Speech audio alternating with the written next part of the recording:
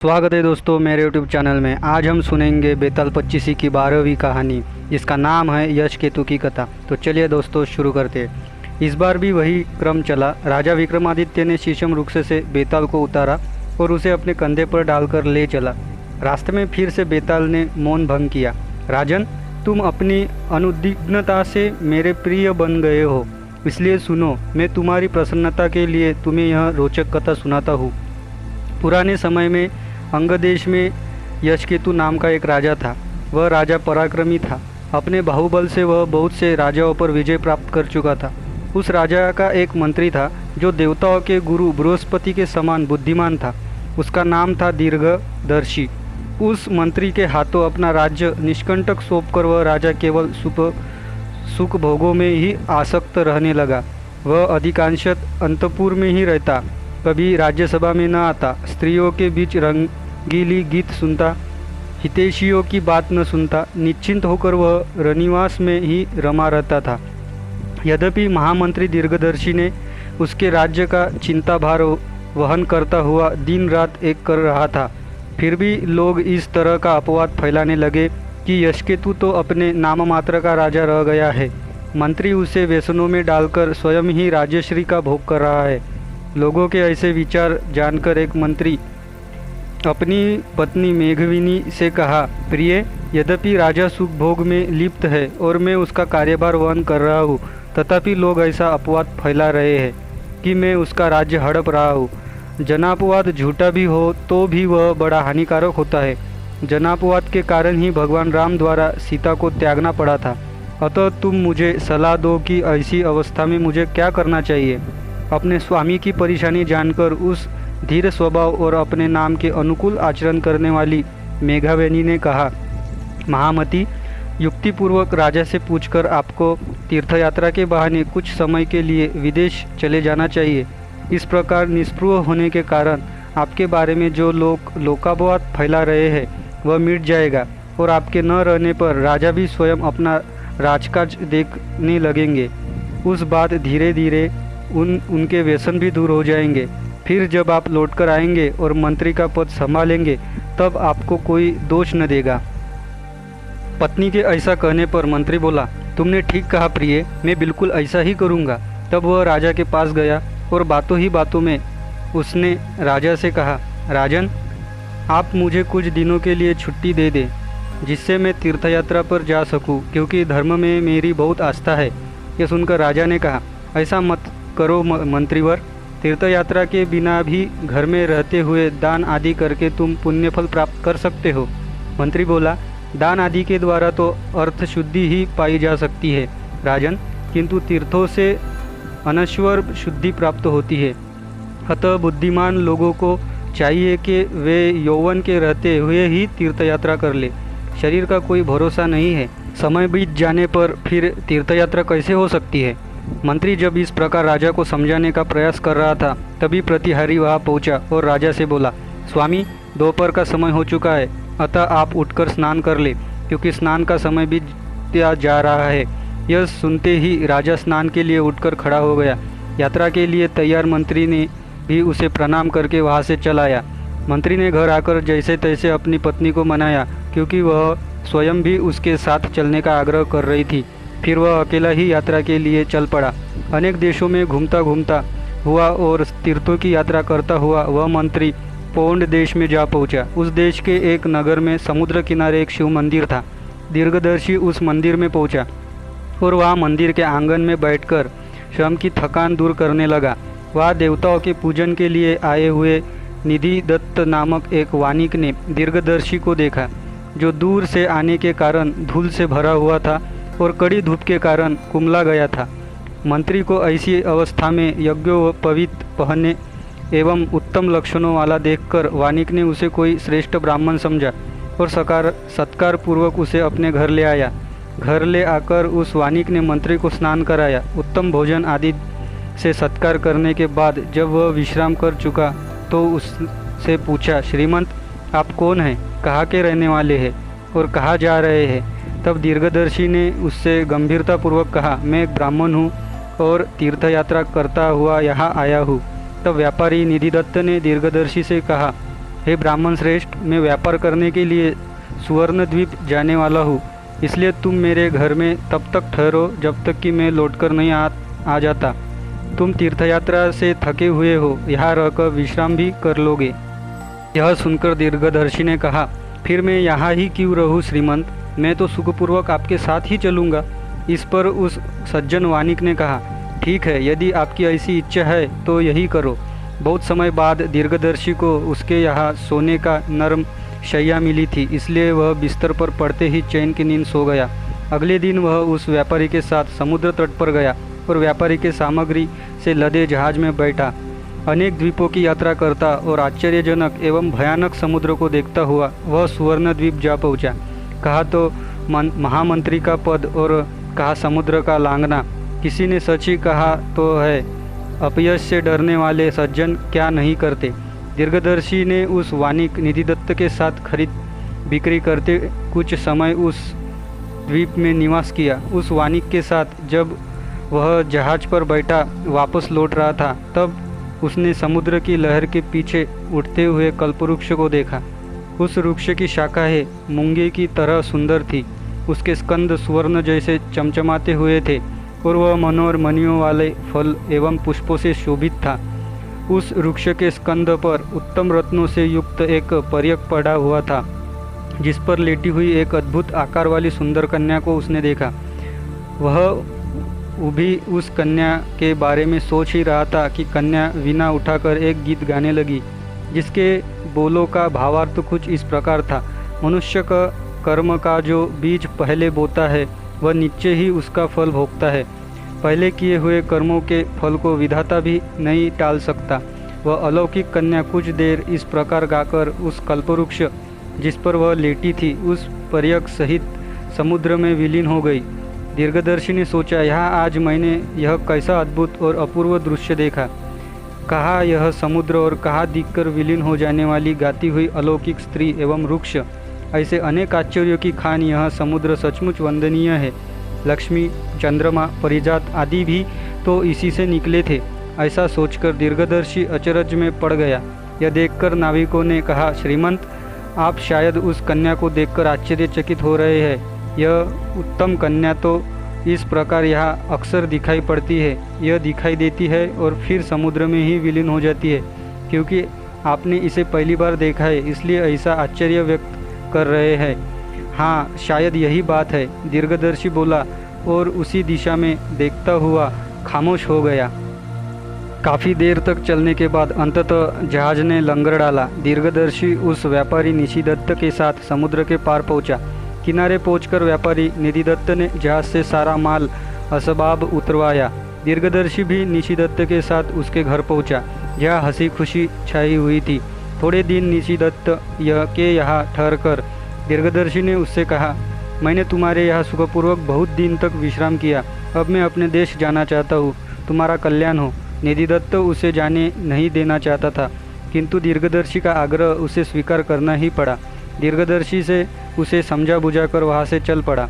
केवल अपने ही बुलबुते पर वह लंबी राह तय करके अपने अंगदेश के निकट जा पहुँचा।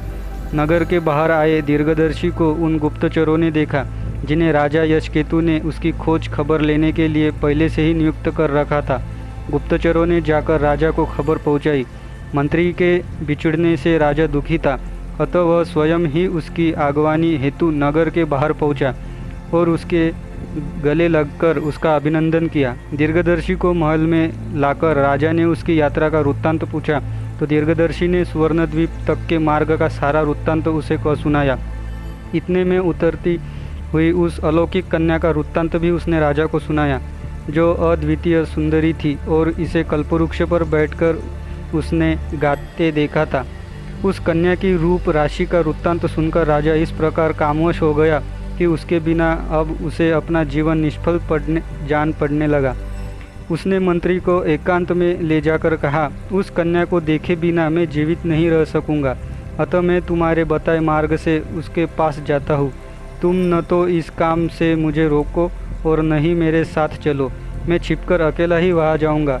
तुम मेरे राज्य की रक्षा करना, मेरी बात तुम टालना नहीं, अन्यथा तुम्हें मेरे प्राणों से हाथ धोना पड़ेगा। राजा ने अपनी बात के विरोध में मंत्री को कुछ कहने ही नहीं दिया और बहुत दिनों से उत्सुक उसने परिजनों के पास भेज दिया। वहाँ बहुत हंसी खुशी भरे वातावरण के होते हुए भी दीर्घदर्शी उदास ही रहा, क्योंकि स्वामी यदि असाध्य कार्य को तत्पर हो तो मंत्री के कैसे खुश रह सकता है। अगले दिन राजा दीर्घदर्शी को अपना राज्य कारभार सौंपकर रात को तपस्वी का वेश धारण कर नगर से बाहर निकला। मार्ग में मिले राजा ने कुशदत्त नामक मुनि को देखकर प्रणाम किया। मुनि ने तपस्वी वेशधारी राजा से कहा, तुम निश्चिंत होकर आगे बढ़ो। लक्ष्मीदत्त नामक वानिक के साथ जहाज से समुद्र में जाकर तुम उस इच्छित कन्या को पाओगे। मुनि की बातें सुनकर राजा बहुत प्रसन्न हुआ। वह मुनि को प्रणाम करके आगे बढ़ा। अनेक देशों, नदियों और पहाड़ों को पार करता हुआ वह समुद्र तट पर जा पहुंचा। वहाँ मुनि के कथनानुसार उसकी भेंट लक्ष्मीदत्त नामक उस वानिक से हुई जो सुवर्ण द्वीप जाने की इच्छा रखता था। राजा के पैरों में चक्र का चिन्ह तथा राजोचित मुख मुद्रा आदि देखकर उस वानिक ने उसे प्रणाम किया। राजा उसी के साथ उसके जहाज पर चढ़कर समुद्र में गया। जहाज जब भी समुद्र में पहुंचा तब जल के भीतर से वही कल्पवृक्ष निकला जिसके स्कंद पर वह कन्या को देखने लगा। इसी बीच वह वीणा बजाती हुई यह सुंदर गीत गाने लगी। मनुष्य कर्म का जो भी बीज पहले बोता है वह निश्चित तौर पर ही उसका फल भोगता है। पहले किए हुए कर्मों के फल को विधाता भी नहीं टाल सकता। अतः देवयोग से जिसके लिए जहाँ और जो और जैसा भवितव्य है उसे वही और उसी प्रकार प्राप्त करने के लिए वे विवश है, इसमें कोई संदेह नहीं है। राजा ने जब उसके द्वारा गाया गया वह गीत सुना जिसमें भवितव्य का संदेश था, तब वह काम बाणों से आहत होकर निस्पंदक बना थोड़ी देर उस कन्या को देखता रहा। अनंतर वह राजा झुककर इस प्रकार समुद्र की स्तुति करने लगा, हे रत्नाकर, हे अगाध हृदय, तुम्हें नमस्कार है। तुमने इस कन्या को अपने भीतर छिपाकर विष्णु को लक्ष्मी से वंचित किया है। जब तुमने पंखों वाले पर्वतों को आश्रय दिया तब देवता भी तुम्हारा अंत नहीं पा सके। हे देव, मैं आपकी शरण में आया हूँ, मेरी कामना पूरी करो। जब राजा इस प्रकार स्तुति करता रहा तभी वृक्ष सहित वह कन्या समुद्र में विलीन हो गई। यह देखकर राजा भी उसके पीछे पीछे समुद्र में कूद पड़ा। सज्जन वानिक लक्ष्मीदत्त ने यह देखकर यही समझा कि राजा निश्चय ही मर गया। इस दुख से वह भी देह त्याग को उत्सुक हुआ। उसी समय आकाशवाणी हुई जिसने उसे इस प्रकार आश्वासन दिया, ऐसा दुस्साहस मत करो। डूबे हुए इस मनुष्य को समुद्र में कोई भय नहीं है। तपस्वी वेशधारी इस राजा का नाम यशकेतु है। यह कन्या पूर्वजन्म की इसकी स्त्री है। यह इसलिए आया है। अपनी इस स्त्री को प्राप्त करके यह फिर अंगराज्य में चला जाएगा। यह सुनकर यह व्यापारी अपनी इष्ट सिद्धि के लिए अपने अभीष्ट स्थान की ओर चला।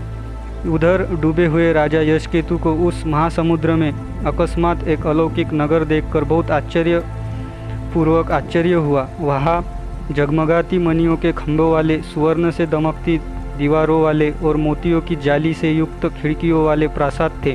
वहाँ सरोवर थे जिनकी सीढ़ियाँ अनेक प्रकार की रत्नशिलाओं से बंधी थी और उद्यान भी थे जिनमें कामना पूर्ण करने वाले कल्पवृक्ष थे।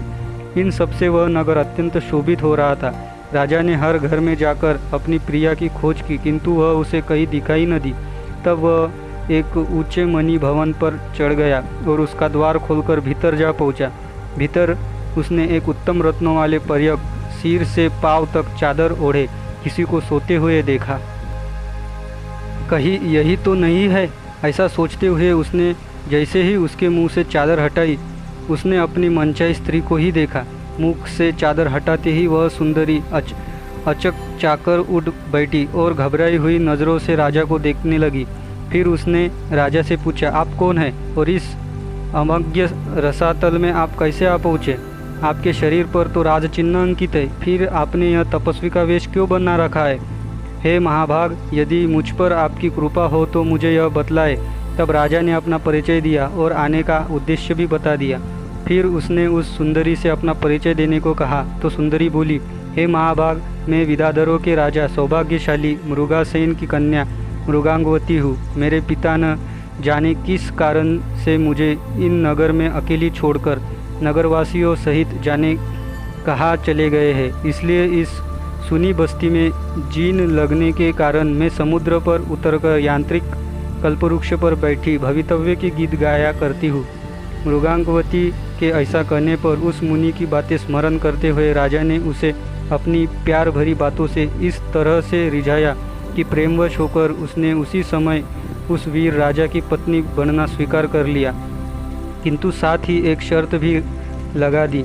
उसने कहा, आर्यपुत्र, प्रत्येक मास में शुल्क तथा कृष्ण पक्ष की अष्टमी और चतुर्दशी को 4 दिन के लिए मैं आपके पास उपलब्ध नहीं रहूँगी। इन दिनों में मैं जहाँ चाहूँ आप न तो मुझे रोकेंगे और ना ही कोई प्रश्न पूछेंगे। बोलो, स्वीकार है? हाँ प्रिय, मुझे स्वीकार है। राजा के ऐसा कहने पर अलौकिक कन्या ने उसी समय गांधर्व विधि से विवाह कर लिया। राजा उसके यहाँ रहते हुए दाम्पत्य जीवन का सुख प्राप्त करने लगा। जब कई दिन बीत गए तो एक दिन मृगांगवती ने उससे कहा, आर्यपुत्र, मैंने जिसके बारे में आपसे कहा था वह कृष्ण पक्ष की चतुर्दशी आज ही है।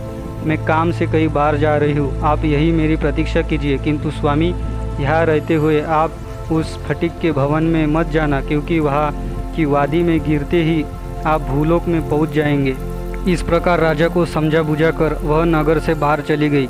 राजा के मन में कौतूहल हुआ, इसलिए हाथ में तलवार लेकर वह भी छिपकर उसके पीछे पीछे गया। वहाँ राजा ने आते हुए एक राक्षस को देखा। वह अंधकार की तरह काला था और उसका मुख गवर खुला था। इससे वह साकार पाताल भी भांति जान पड़ता था। उस राक्षस ने घोर गर्जन के साथ झपटकर मृगांकवती को अपने मुंह में डालकर निगल लिया। यह देखकर राजा सहसा क्रोध में जल उठा। उसने कैचूल से निकले हुए सांप के समान अपनी तलवार म्यान से निकाली और दांतों से होठ दबाकर झपटते हुए उस राक्षस का सिर काट डाला। उस राक्षस के धड़ से निकलते हुए रक्त से राजा की क्रोधाग्नि तो बुझ गई, किंतु पत्नी की वियोगनी न बुझ सकी। राजा उसके मुँह अंधकार में अंधा सा ही हो गया। वह किंकरत व्यनिमूढ़ बन गया खड़ा रहा। तभी जैसे दिशाओं को प्रकाशित करता हुआ निर्मल चंद्रमा प्रकट होता है, वैसे उस राक्षस के मेघ मलिन शरीर को फाड़ती हुई जीती जागती और अशक्त शरीर वाली मृगांकवती निकल आई। राजा ने आश्चर्य से देखा कि उसकी प्रिया संकट को काट आई है। उसने आओ आओ कहते हुए दौड़कर उसका आलिंगन कर लिया। राजा ने जब यह पूछा, प्रिय, यह स्वप्न है या कोई माया है, तब उस विषाधारी ने उससे कहा, आर्यपुत्र, यह ना तो कोई स्वप्न है और न माया ही है। विद्याधरों के राजा मेरे पिता ने मुझे शाप दिया था, यह उसी का परिणाम है। मेरे पिता पहले यही रहते थे। अनेक पुत्र होने पर भी वह मुझसे बहुत स्नेह रखते थे और कभी भी मेरे बिना भोजन नहीं करते थे। शिव के भोजन में रुचि होने के कारण मैं शुल्क और कृष्ण इन दोनों पक्षों की अष्टमी और चतुर्दशी को इस निर्जन स्थान में आया करती थी। एक बार मैं चतुर्दशी को यहाँ आई और गौरी पूजन करती हुई ऐसी तल्लीन हो गई कि संयोगवश पूरा ही दिन बीत गया। उस दिन मेरे पिता ने भूख लगने पर भी कुछ खाया पिया नहीं। वे मुझ पर बहुत क्रोध हो गए। मुझसे अपराध हो गया था। अतः रात होने पर जब मैं सिर झुकाए लौटी तो मेरे पिता ने मुझे शाप दे डाला। होनी इतनी प्रबल थी कि उसने मेरे प्रति मेरे पिता के स्नेह को नष्ट कर दिया था।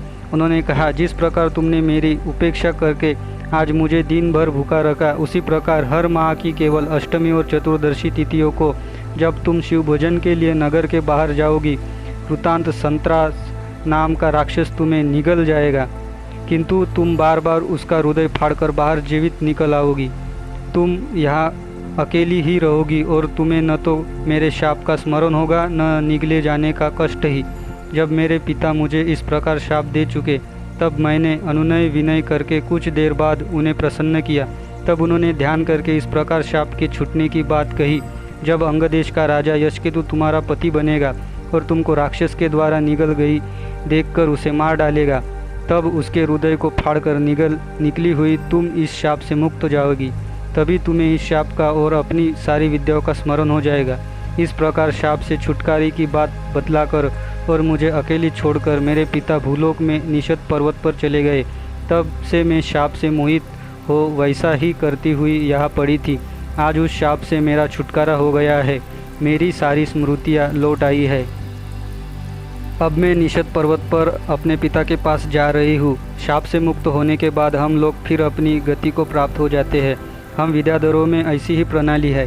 आपको इस बात की स्वतंत्रता है कि आप चाहे यहाँ रहे या अपने देश चले जाए। मृगांकवती ने ऐसा कहने पर राजा ने दुखी होकर उससे अनुरोध किया, सुंदरी, तुम मुझ पर कृपा करके सिर्फ 1 सप्ताह और रुक जाओ। हम उद्यान में क्रीड़ाएँ करते हुए अपनी उत्सुकताएं दूर करेंगे। उसके बाद तुम अपने पिता के पास चली जाना और मैं भी अपने देश चला जाऊंगा। राजा की इस बात को उस मुग्धा मृगांकवती ने स्वीकार कर लिया। तब वह अपनी प्रिया के साथ उद्यानों एवं वापियों में 6 दिन तक विहार करता रहा। 7वें दिन वह युक्तिपूर्वक अपनी प्रिया को उस भवन में ले गया जहाँ वह वापिका थी, जो भूलोक में पहुँचाने वाली यांत्रिक द्वार के समान थी। वहाँ मृगांकवती के गले में हाथ डालकर वह उस वापी के कूद पड़ा और उसके साथ अपने नगर के उद्यान की वापी में जा उतरा। वहाँ अपनी प्रिया के साथ आए राजा को उद्यान में मलियों ने देखा और प्रसन्न होते हुए उन्होंने मंत्री दीर्घदर्शी को इस बात की सूचना पहुंचाई। अपनी इच्छित स्त्री को साथ लेकर आए राजा ने निकट जाकर मंत्री उसके पैरों में गिरा और नगरवासियों के साथ वह उन्हें आदरपूर्वक राजमहल में ले गया। मंत्री ने अपने मन में सोचा, राजा ने इस अलौकिक स्त्री को कैसे प्राप्त कर लिया जिसे मैंने क्षण मात्र के लिए आकाश में चमकने वाली बिजली के समान देखा था। सच है कि विधाता जिसके ललाट पर जो कुछ लिख देता है वह कितना भी असंभव होने पर भी उसे अवश्य ही प्राप्त कर लेता है।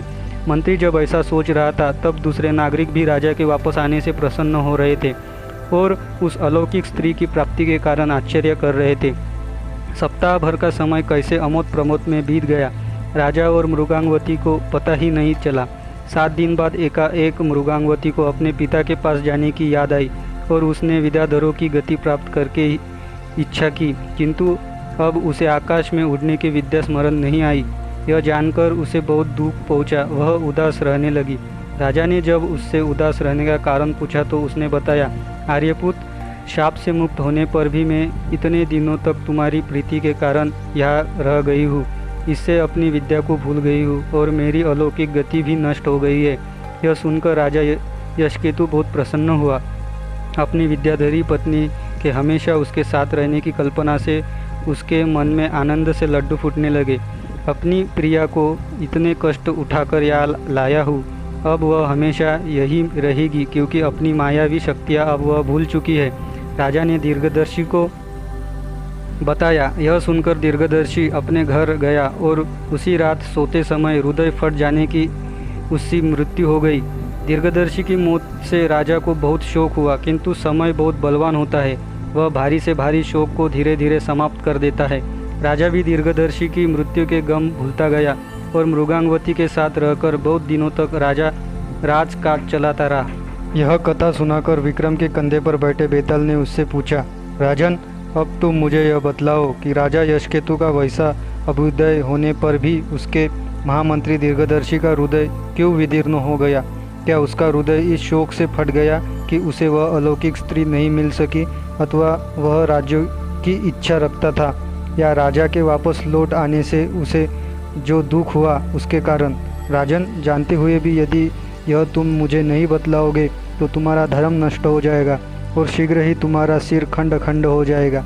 यह सुनकर राजा विक्रमादित्य ने बेताल से कहा, हे महाभाग, उत्तम चरित्र वाले उस मंत्री श्रेष्ठ के लिए इन दोनों में से कोई भी बात उचित नहीं जान पड़ती। इसके विपरीत उसने यह सोचा होगा कि जिस राजा ने केवल साधारण स्त्री में लिप्त होकर राज्य की उपेक्षा की थी, अब अलौकिक स्त्री के प्रति अनुरक्त होने पर उसका हाल क्या होगा। फिर इसके लिए उसने जो इतना कष्ट उठाया उससे लाभ के बदले हानि ही अधिक हो गई। ऐसा सोचने के कारण ही उस मंत्री का हृदय फट गया। राजा विक्रमादित्य के ऐसा करने पर वह मायावी बेताल उसके कंधे से उतरकर पुनः अपने पहले वाले स्थान पर चला गया। धीर चित्त वाला राजा भी शीघ्रतापूर्वक फिर उसे बलपूर्वक ले आने के लिए उसके पीछे पीछे दौड़ पड़ा। दोस्तों, आप सुन रहे बेताल 25 की कहानियाँ। इसी तरह की कहानियाँ सुनने के लिए हमारे चैनल को सब्सक्राइब कीजिए। थैंक यू दोस्तों।